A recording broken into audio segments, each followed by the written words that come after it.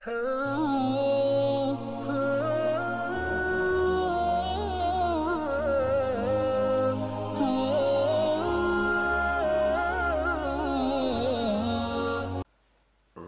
کے مسائل کے حوالے سے احادیث ہم پڑھ رہے تھے،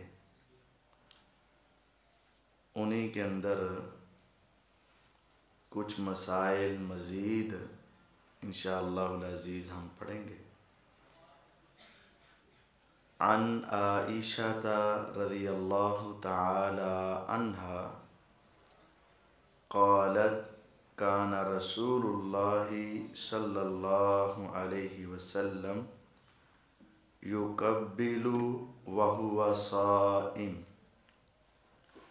ویباشر وہو صائم وَلَكِنَّهُ كَانَ أَمْلَكَكُمْ لِأَعْرَابِهِ متفق علیہ واللفظ لمسلم وزاد فی روایت فی رمضان۔ سیدہ عائشہ رضی اللہ تعالی عنہا نے یہ روایت بیان کی کہ رسول اللہ صلی اللہ علیہ وسلم روزے کی حالت میں اپنے اہل خانہ کو، بیوی کو بوسہ دے دیا کرتے تھے۔ وَيُبَاشِرُ وَهُوَ صَائِمٌ، اور وہ روزہ رکھنے کی حالت کے اندر ہی آپ اپنے اہل خانہ کے ساتھ جسم ملا لیا کرتے تھے۔ وَلَكِنَّهُ كَانَ أَمْلَكَكُمْ لِأَعْرَابِهِ، لیکن وہ اپنی خواہش پر تم میں سب سے زیادہ کنٹرول کرنے والے تھے۔ یہ حدیث صحیح بخاری اور مسلم میں موجود ہے، اس کو متفق علیہ کہتے ہیں، لیکن یہ الفاظ صحیح مسلم کے ہیں۔ مفہوم کے اعتبار سے یہ حدیث دونوں جگہ پر ہے، الفاظ کا تھوڑا سا اختلاف ہے۔ یہ الفاظ امام صاحب نے صحیح مسلم سے نقل کیے۔ وزادہ اور صحیح مسلم میں ایک روایت میں یہ الفاظ اضافی ہیں، فی رمضان، یہ رمضان کے بارے میں بتا رہے ہیں۔ اس روایت کا مفہوم یہ ہے، فرضی روزے کی حالت میں بھی خاوند اپنے اہل خانہ کا بوسہ لے سکتا ہے، اس کی وجہ سے روزہ نہیں ٹوٹتا، اور اپنے اہل خانہ کے ساتھ جسم کے ساتھ جسم ملا سکتے ہیں، روزہ نہیں ٹوٹتا۔ ایک شرط ہے کہ وہ اپنے آپ پر کنٹرول کرنے والا، خواہش کو روکنے والا ہو۔ دوسری روایات میں اس مسئلے کی وضاحت اس طرح ہے کہ ایک نوجوان شخص نے آ کر رسول اکرم صلی اللہ علیہ وسلم سے یہ اجازت چاہی تو آپ نے اسے منع کر دیا، اور ایک بڑی عمر کے آدمی نے آپ سے اجازت چاہی تو آپ نے اس کو اجازت دے دی۔ ان دونوں روایات کو ملا کر مسئلہ یہ اخذ ہوتا ہے کہ جو اپنی خواہش پر کنٹرول کر سکتا ہے وہ یہ دونوں کام کر سکتا ہے، اور جس کو اپنے اوپر کنٹرول نہیں رہتا وہ یہ کام نہیں کر سکتا۔ چونکہ رسول اللہ صلی اللہ علیہ وسلم سب سے زیادہ اپنے نفس پر کنٹرول کرنے والے تھے، اس وجہ سے آپ یہ دونوں کام کر لیتے تھے۔ روزے کی وجہ سے یہ کام کرنے جائز ہیں، لیکن شرط یہ ہے کہ وہ اپنے آپ پر کنٹرول کرنے والا ہو۔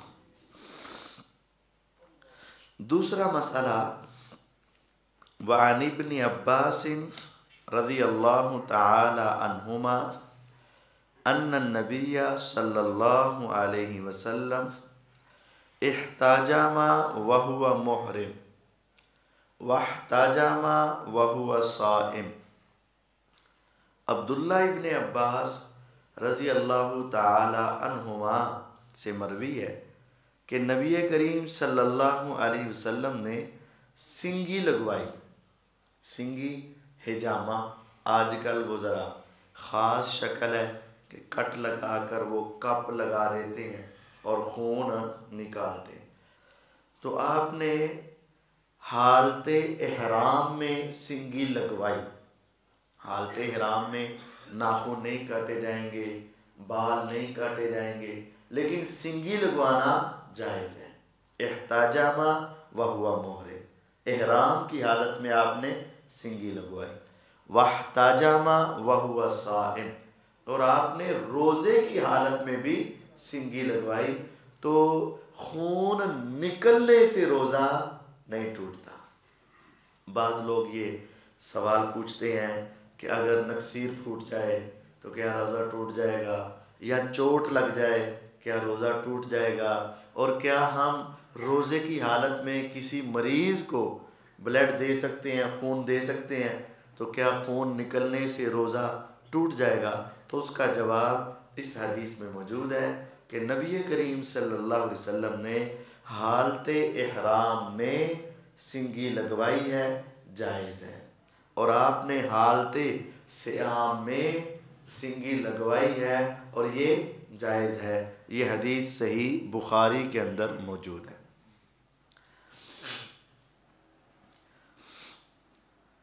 وعن شداد بن اوس رضی اللہ عنہ ان النبی صلی اللہ علیہ وسلم اتا علی رجل بالبقیع۔ شداد بن اوس رضی اللہ عنہ یہ حدیث بیان کرتے ہیں کہ نبی کریم صلی اللہ علیہ وسلم بقیع کے پاس سے گزرے۔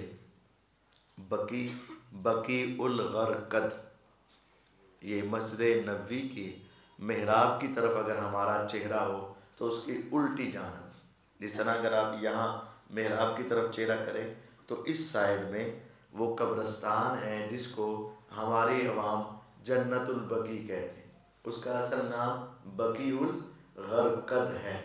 تو آپ بقیع کے پاس سے گزرے تو کیا دیکھا؟ وہاں ایک آدمی ہے، وَهُوَ يَحْتَجِمُ فِي رمضان، اور وہ سنگی لگوا رہا تھا رمضان کے مہینے میں، اس کا مطلب روزے کی حالت میں سنگی لگوا رہا۔ فقال، تو آپ نے ارشاد فرمایا، افطر الحاجب والمحجوم، سنگی لگانے والے کا بھی روزہ ٹوٹ گیا اور جس نے لگوائی اس کا بھی ٹوٹ گیا۔ یہ حدیث ابو داود، نسائی، ابن ماجہ کے اندر موجود ہے، اور اس کو امام احمد، امام ابن خزیمہ، امام ابن حبان رحمہم اللہ نے صحیح کہا ہے۔ یہ روایت بالکل سند کے اعتبار سے درست ہے۔ اب یہ دو باتیں آ گئی۔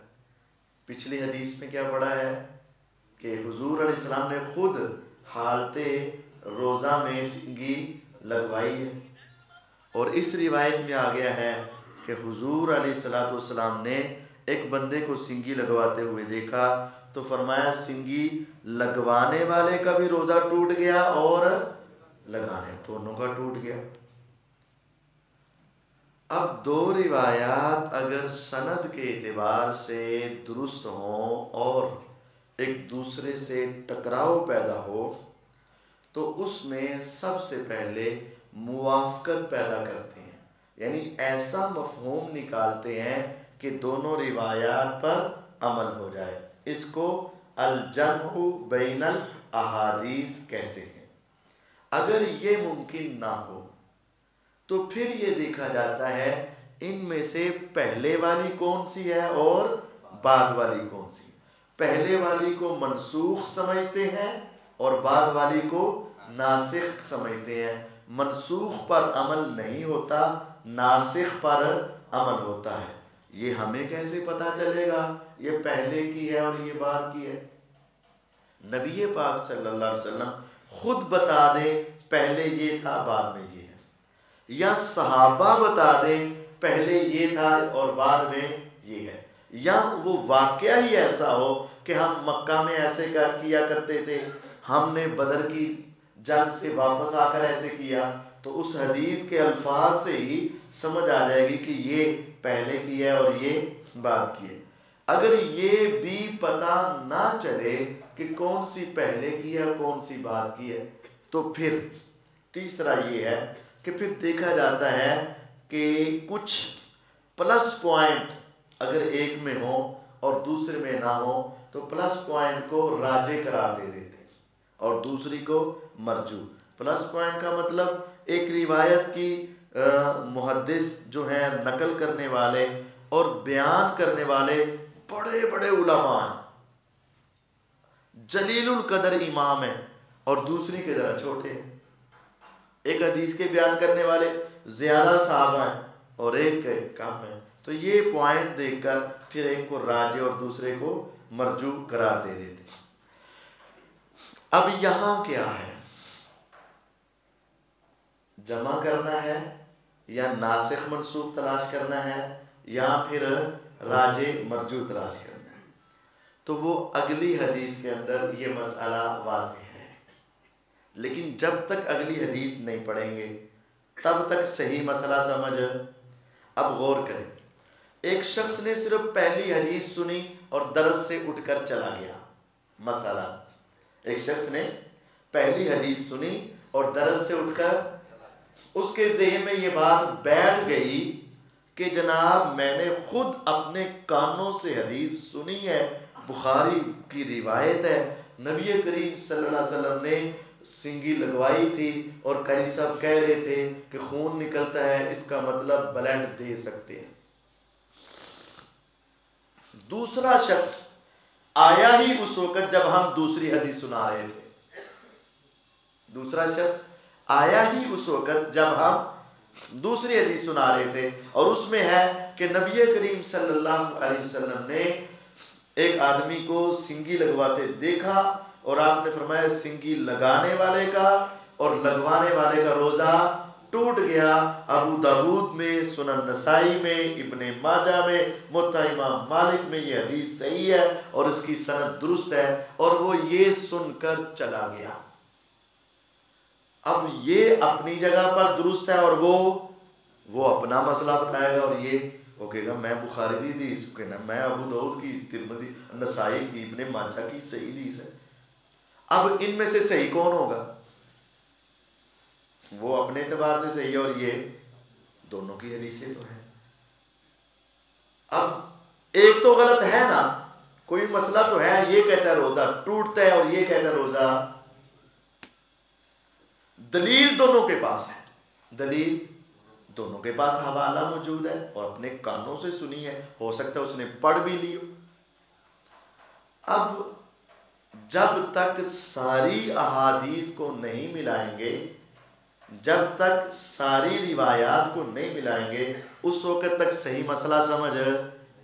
اب ہوتا کیا ہے، ایک بندہ آیا، بندہ گیا، دوسرا آیا، دوسرا گیا، یہ تو میں نے مثال دی ہے.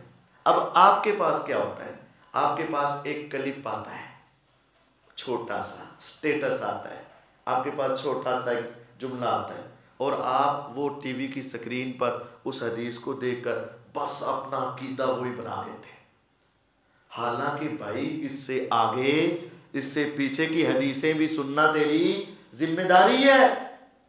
لیکن ہماری عوام آج صرف ٹی وی کی سکرین پر لگی ہے، فیس بک پہ لگی ہے، واٹس ایپ پہ لگی ہے، چھوٹے چھوٹے کلپ کے اوپر لگی ہے، اور وہ کہہ رہے حدیث ہے، حدیث ہے. بھئی حدیث تو ہے، اس سے اگلی حدیث کیا ہے، اس سے پچھلی حدیث کیا ہے. جب تک آپ تمام روایات کو ملا کر نہیں سمجھیں گے، اس وقت تک آپ صحیح مسئلے تک نہیں پہنچ پائیں. اور یہ صحیح مسئلہ آپ کو پھر کون بتائے گا؟ جب آپ علماء کے پاس جا کر بیٹھیں گے، ان سے دلیل پوچھیں گے، ان سے مسئلہ پوچھیں گے. جو اہل علم ہوگا اس کو پچھلی حدیثوں کا بھی پتہ ہوگا، اس کو اگلی حدیثوں کا بھی پتہ ہوگا، اور وہ آپ کو ساری روایات ملا کر صحیح مسئلہ بتائے گا. اس وجہ سے صرف ایک کلپ دیکھ کر، صرف ایک چھوٹا سا مطلب کہ جملہ دیکھ کر یا ایک حوالہ دیکھ کر ہی اپنا ذہن بنا لینا، یہ بسا اوقات غلطی کا اور گمراہی کا سبب بھی بن جاتا ہے. اب تفصیل کیا ہے وہ اگلی حدیث میں.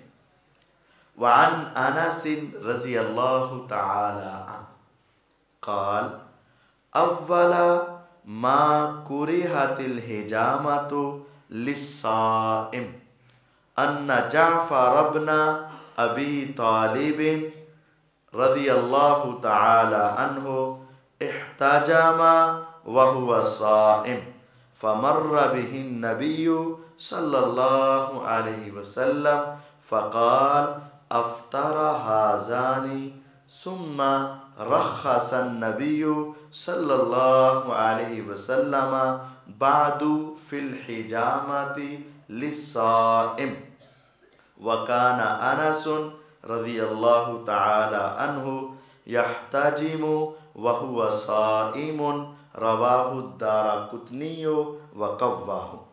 انس بن مالک رضی اللہ تعالی عنہ فرماتے ہیں پہلے پہلے ما کرہت الحجامہ جو ناپسند کیا گیا حجامہ کو للصائم روزے دار کے لیے. آغاز اسلام میں حجامہ کروانا روزے دار کے لیے کیا کیا گیا؟ ناپسند. اور وہ کب؟ جب نبی کریم صلی اللہ علیہ وسلم نے جعفر بن ابی طالب رضی اللہ عنہ کو دیکھا، انہوں نے روزے کی حالت میں حجامہ کروایا. وہ پیچھے حدیث ہے نا، آپ نے ایک آدمی کو دیکھا، تو وہ آدمی کون تھا؟ جعفر رضی اللہ عنہ. یہ جعفر کون ہے؟ سیدنا علی رضی اللہ عنہ کے بڑے بھائی جعفر. جب نبی کریم صلی اللہ علیہ وسلم نے ان کو دیکھا کہ وہ روزے کی حالت میں حجامہ کروا رہے تھے، فمر بہ النبی صلی اللہ علیہ وسلم، پیغمبر علیہ السلام ان کے پاس سے گزرتے گئے اور آپ نے فرما دیا افطر ہذان، ان دونوں کا روزہ ٹوٹ گیا. وہ پیچھے آیا تھا سنگی لگانے والے اور لگوانے والے کا ٹوٹ گیا، اور یہاں آپ نے فرمایا ان دونوں کا روزہ ٹوٹ گیا.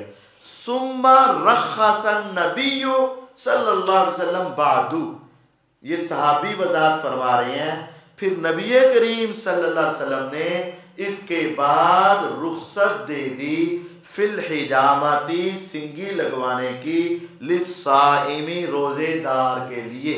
تو یہ ہے دو روایات آپس میں ٹکرا رہی ہوں. پہلا کام یہ ہوتا ہے ان دونوں کا ایسا مفہوم اخذ کیا جائے، دونوں پر عمل ہو جائے. اگر یہ ممکن نہ ہو، دوسرا کام یہ ہوتا ہے تلاش کرو کہ پہلے کون سی ہے اور بعد میں کون سی ہے، پہلی منسوخ اور بعد والی ناسخ. اب وہ جو حدیث میں آیا تھا سنگی لگوانے کی وجہ سے روزہ ٹوٹ گیا، وہ منسوخ ہو گئی اور حضور علیہ السلام نے اس کی رخصت دے دی، یہ اس کی کیا ہو گئی؟ ناسخ ہو گئی. اب مسئلہ یہ ہے کہ روزے کی حالت میں حجامہ کروا سکتے ہیں، سنگی لگوا سکتے ہیں، نکسیر پھوٹ جائے روزہ نہیں ٹوٹتا، چوٹ لگ جائے روزہ نہیں ٹوٹتا، آپ بلڈ ڈونیشن کر دیں روزہ نہیں ٹوٹتا. اب یہ مسئلہ ہے. اور جو شخص تیسرے نمبر پر آئے گا اور یہ روایت سنے گا، اس کو سارا مسئلہ صحیح سمجھ آ جائے گا. پہلے والے کو بھی اپنے اعتبار سے وہ درست اور دوسرے والا اپنے اعتبار سے درست، لیکن صحیح درست بات پر کون پہنچے گا؟ جو تیسرے والا ہوگا. وَكَانَ أَنَسٌ رضی اللہ عنہ يَحْتَجِمُ وَهُوَ صَائِمٌ. انس رضی اللہ عنہ روزے کی حالت میں سنگی لگوا لیا کرتے تھے. جو یہ حدیث بیان کرنے والے صحابی ہیں وہ خود بھی اس پر عمل کر لیا کرتے تھے. رواہ الدارقطنی، یہ تفصیل کہاں ہے؟ سنن دارقطنی کے اندر موجود ہے. وقواہ، اور انہوں نے اس کی سند کو قوی قرار دیا ہے، درست قرار دیا ہے۔ آگے مسئلہ ہے، کیا روزے کی حالت میں ڈراپ پہن سکتے ہیں؟ کیا روزے کی حالت میں سرما لگا سکتے ہیں؟ کیا روزے کی حالت میں آنکھ میں کچھ پڑ جائے تو ٹیوب وغیرہ کا استعمال کر سکتے ہیں؟ وہ مسئلہ ہے۔ ان عائشہ رضی اللہ تعالی عنہا ان النبی صلی اللہ علیہ وسلم اکتحل فی رمضان وہو صائم۔ سیدہ عائشہ رضی اللہ تعالی عنہا اس حدیث کی راویہ ہیں کہ نبی کریم صلی اللہ علیہ وسلم نے روزے کی حالت میں رمضان کے مہینے میں آنکھوں میں سرما لگایا۔ تو سرما لگایا اس کا مطلب سرما لگا سکتے، لیکن یہ روایت ابن ماجہ کے اندر موجود ہے، سند کے اعتبار سے یہ روایت ضعیف ہے۔ وقال الترمذی، اور امام ترمذی رحمہ اللہ فرماتے ہیں لا یصح فیہ شیء، اس مسئلے کے بارے میں حضور علیہ السلام سے صحیح سند کے ساتھ کوئی حدیث مروی نہیں، یعنی حضور علیہ السلام سے وضاحت کے ساتھ اس مسئلے میں کوئی روایت مروی نہیں۔ اب پھر ہم مسئلہ کیسے حل کریں گے؟ مسئلہ یہ ہے کہ اگر کوئی چیز آنکھ میں ڈالی جائے اور اس کا اثر حلق تک پہنچے تو یہ درست نہیں۔ اگر کوئی چیز آنکھ میں ڈالی گئی اور اس کا اثر حلق تک نہیں پہنچتا تو وہ درست ہے، جائز ہے۔ اس کے اندر جو ٹیوب وغیرہ لگانا ہے یا سرما وغیرہ ہے اس کی ایسی کیفیت عموماً نہیں ہوتی، لیکن ڈراپس جو ہوتے ہیں وہ آنکھوں میں لگانے سے، چونکہ ناک، کان، آنکھ، یہ کانوں کا بھی گلے کے ساتھ ڈائریکٹ ہے، آنکھوں کا بھی ہوتا ہے، ناک کا بھی ہوتا ہے، یہ گلے کے ساتھ سارا کنیکشن جڑتا ہے، تو اس لیے ڈراپس وغیرہ ڈالنے سے گریز کرنا چاہیے روزے کی حالت میں، اور دوسرے سرما وغیرہ یا کوئی ٹیوب وغیرہ جو ہے جو ذرا ٹھوس قسم کی ہوتی ہیں یہ چیزیں استعمال کر سکتے ہیں۔ اب ہے بھول کر کسی نے کھا لیا یا پی لیا تو اس کی کیا کیفیت ہونی چاہیے اور اس کے بعد کیا ہماری رہنمائی ہوگی؟ وعن ابی ہریرہ رضی اللہ تعالی عنہ قال قال رسول اللہ صلی اللہ علیہ وسلم من نسی وهو صائم فاکل او شرب فلیتم صومہ فانما اطعمہ اللہ وسقاہ۔ ابو ہریرہ رضی اللہ تعالیٰ عنہ ارشاد فرماتے ہیں کہ رسول اللہ صلی اللہ علیہ وسلم نے فرمایا جو بھول کر کھا بیٹھے یا پی بیٹھے، جس نے روزے کی حالت میں بھول کر کھا یا پی لیا، فَلْيُتِمَّ صَوْمَهُ، وہ اپنا روزہ توڑے گا نہیں، وہ اپنا روزہ پورا کرے۔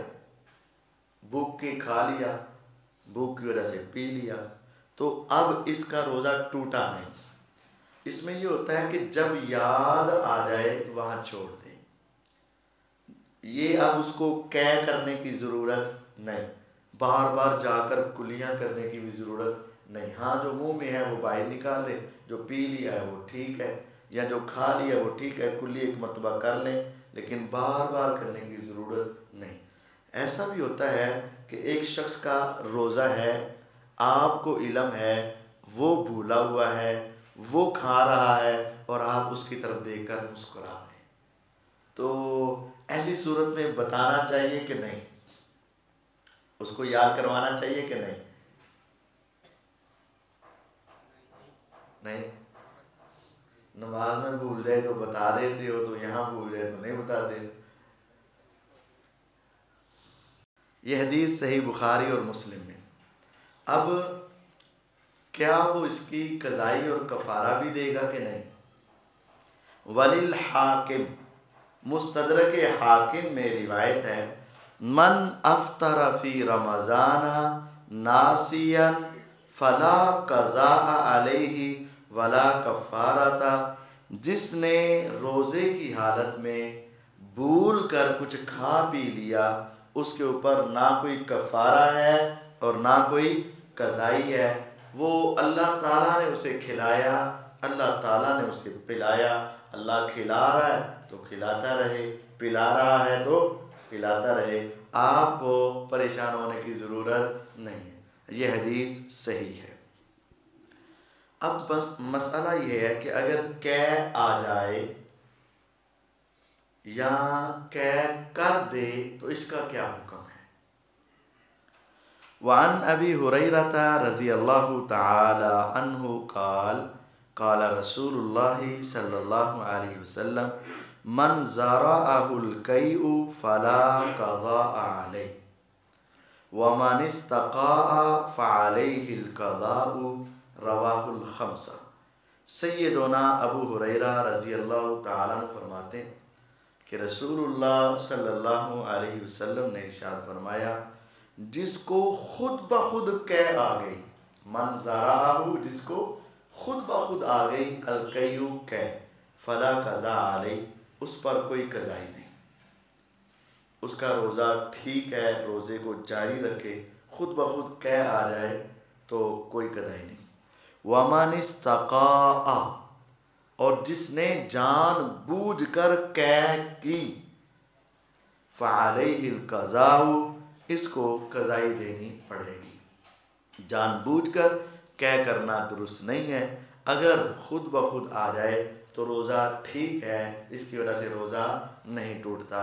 یہ حدیث ابو داؤد، ترمذی، نسائی، ابن ماجہ، موطا امام مالک میں موجود ہے، اور اس کو امام احمد رحمہ اللہ معلول قرار دیتے ہیں، لیکن امام دارقطنی رحمہ اللہ جو علل کے بہت بڑے امام تھے، انہوں نے اس کی سندوں پر تقویت کا حکم لگایا ہے، قوی ہونے کا حکم لگایا ہے۔